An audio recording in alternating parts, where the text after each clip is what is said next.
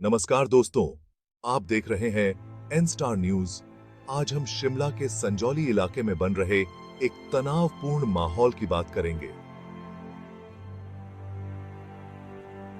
चर्चा का विषय है एक कथित अवैध मस्जिद निर्माण जिसने हंगामा मचा रखा है। सैकड़ों लोग सड़कों पर उतर आए हैं और इस निर्माण का विरोध कर रहे हैं। उनका कहना है कि यह मस्जिद सिर्फ बिल्डिंग नियमों का उल्लंघन नहीं करती, बल्कि रिहायशी जमीन पर भी कब्जा कर रही है। मस्जिद को गिराने की मांगें जोरों पर हैं और आरोप प्रत्यारोप चल रहे हैं। इलाके के बहुत से लोगों का मानना है कि यह इलाके की जनसांख्यिकी बदलने की एक बड़ी साजिश का हिस्सा है। हाल में स्थिति और बिगड़ गई जब एक स्थानीय व्यापारी का मुस्लिम समुदाय के सदस्यों से झगड़ा हो गया। प्रदर्शनकारी इस घटना को बढ़ते तनाव का संकेत मान रहे हैं।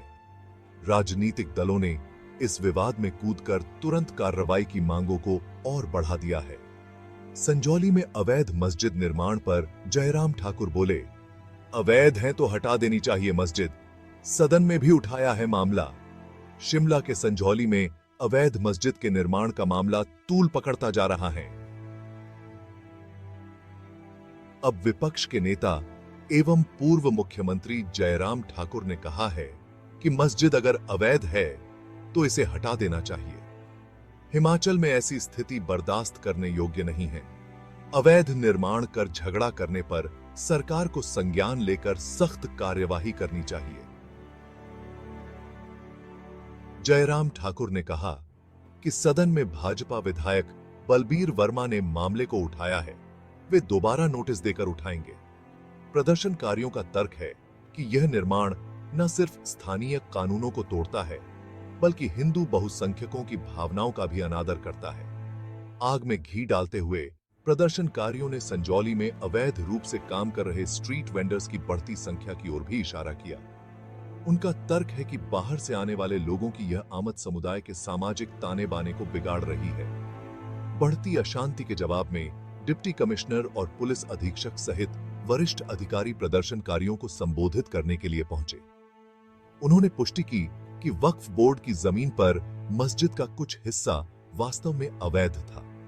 उन्होंने भीड़ से वादा किया कि कानूनी कार्रवाई की जाएगी। अधिकारियों ने कानून को बनाए रखने और समुदाय में शांति बनाए रखने की अपनी प्रतिबद्धता पर जोर दिया। उन्होंने लोगों से शांत रहने और हिंसा से बचने का आग्रह किया। पुलिस ने हाल ही में स्थानीय व्यापारी पर हुए हमले को भी संबोधित किया और पूरी जांच का वादा किया। उन्होंने जनता को आश्वासन दिया कि जिम्मेदार लोगों को जवाबदेह ठहराया जाएगा। लेकिन प्रदर्शनकारी केवल वादों से संतुष्ट नहीं थे। उन्होंने ठोस कार्रवाई और मस्जिद को गिराने के लिए एक स्पष्ट समय सीमा की मांग की। स्थिति तनावपूर्ण बनी हुई है संजौली में, और तनाव को रोकने के लिए भारी पुलिस बल तैनात है। ये विरोध प्रदर्शन अपने समुदाय के बदलते सामाजिक परिदृश्य के बारे में कुछ निवासियों के बीच गहरी चिंताओं को उजागर करते हैं। वे मस्जिद के निर्माण को अपनी सांस्कृतिक पहचान के लिए खतरे के रूप में देखते हैं। व्यापारी पर हुए हालिया हमले ने इन आशंकाओं को और बढ़ा दिया है, जिससे भय और अविश्वास का माहौल बन गया है। प्रदर्शनकारियों ने 1 सप्ताह के भीतर मस्जिद को हटाने का अल्टीमेटम जारी किया है। उन्होंने अपनी मांगे पूरी न होने पर अपने प्रदर्शनों को तेज करने की धमकी दी है, जिससे संभावित हिंसा और अशांति की चिंता बढ़ रही है। यह अल्टीमेटम अधिकारियों पर इस संकट का तेजी से समाधान खोजने का भारी दबाव डालता है। संजौली की स्थिति एक विविध समाज में सांप्रदायिक सद्भाव बनाए रखने की चुनौतियों को रेखांकित करती है। यह खुले संवाद, आपसी सम्मान और कानून के शासन को बनाए रखने की प्रतिबद्धता की जरूरत पर जोर देती है। आने वाले दिन यह तय करने में महत्वपूर्ण होंगे कि क्या कोई शांतिपूर्ण समाधान निकाला जा सकता है या स्थिति और बिगड़ेगी। इस कहानी के बारे में हम आपको अपडेट देते रहेंगे।